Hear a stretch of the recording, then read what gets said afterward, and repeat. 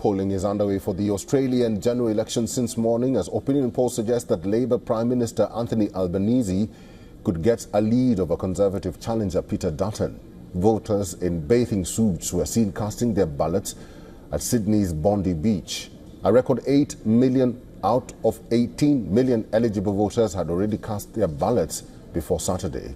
Albanese, who leads the centre-left Labour Party, voted in his electorate of Grayndler in Sydney's inner west. Earlier, he visited the eastern states of Queensland, Victoria and Tasmania on Friday. While Peter Dutton, who leads an alliance of conservative parties called the Liberal National Coalition, also voted in the country's national election in Brisbane, along with his family. Taking a shot at the Labour government, Dutton said that Australians were experiencing a bad government. At the election booth. So I'm confident that Australians have seen through a bad government, and I'm confident that Australians can't afford 3 more years of what they've experienced. And there are a lot of families who are really doing it very tough at the moment, and Australians can't afford 3 more years of Labor. And our positive plan. Both major parties have focused on cost of living pressures, but opinion polls show that global uncertainty driven by Trump's stop-start tariffs rapidly became a top issue for voters during the campaigns. Labour has accused the Conservative coalition of mimicking US President Donald Trump by promising to slash more than 1 in 5 federal public sector jobs. I think Labor will get a majority, and I think Australians, because of the compulsory voting, because of that tendency to vote towards the centre, will mean that Dutton and his attempt to appeal to the centre right and the further right, by using these kind of Trumpian dog whistle policies, is going to fail. Many who do not have a strong preference still turned out to vote in order to avoid a fine, often not picking a candidate until election day. Dutton is confident that undecided voters would back his coalition. Both campaigns have focused on Australia's changing demographics by promising policies changes, including helping the first home buyers buy into a property market that is too expensive for many. Another point of difference is energy. The opposition has promised to build 7 government-funded nuclear power plants across Australia that would begin generating electricity by the year 2035.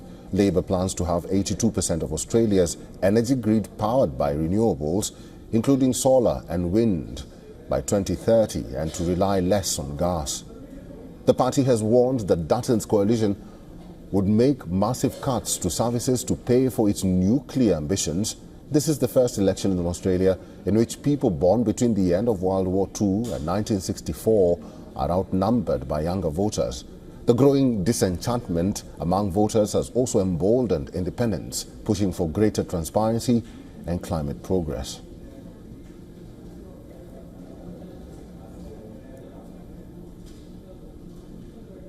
Anthony Clarn, editor of news outlet The Clarkson and award-winning investigative journalist, is now joining us live from Sydney.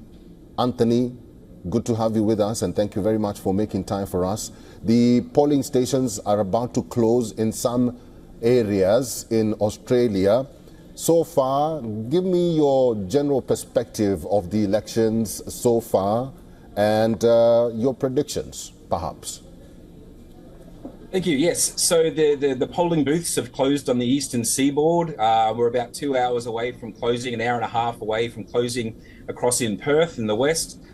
It's been an interesting campaign. It's mimicking Canadian campaign quite to some degree. We've seen the Conservatives who are in opposition, much as that, or the same as they were in Canada, had a lead in the polls until about Christmas time. And that was around about the time that Donald Trump in the US was elected, and we've seen people sort of pivot away from the Conservatives towards the ruling Progressive Party, and a lot of that's being put down to sort of people sort of recoiling somewhat as to what's happening in the United States. The polls at the moment have the current ALP Labor government in the lead by 52.5% to about 48.5% or 47.5% rather, for the opposition, for the Conservative opposition. So it's very much looking like the government of the day will retain power, but it's the question really is as to whether it will have a minority government again, won a small majority in 2022. The question is whether it will again have a majority, or it will go into minority government and need to form a government with, say, the Greens, a minor party, or some of the independents. What we've seen in the last election and this election is a big shift away from, or a substantial shift away from, the two major parties. Over the past 30 years, it's been a general trend. The amount of votes for the two major parties is now at its lowest level ever. And we're seeing that again. The polls are showing that again happening. So it'll be, the main contest will be whether it's a minority Labor government or a minority Labor government. That said, there is still an outside chance for the opposition to form a minority government, but it's a long shot. The odds are sort of $10 to 1, the betting agencies have it at. But it's a possibility, and they'd need to also form a coalition of some sort. Anthony, very quickly, let me ask you this. Why do you think young voters in Australia have come out in large numbers to cast their ballot or to exercise their civic right? So in Australia, we have compulsory voting. So if you don't vote, you get fined. So there's a very, very high, overwhelmingly because of that, there's a culture of voting. It's sort of a done thing. The idea of not voting doesn't really come up.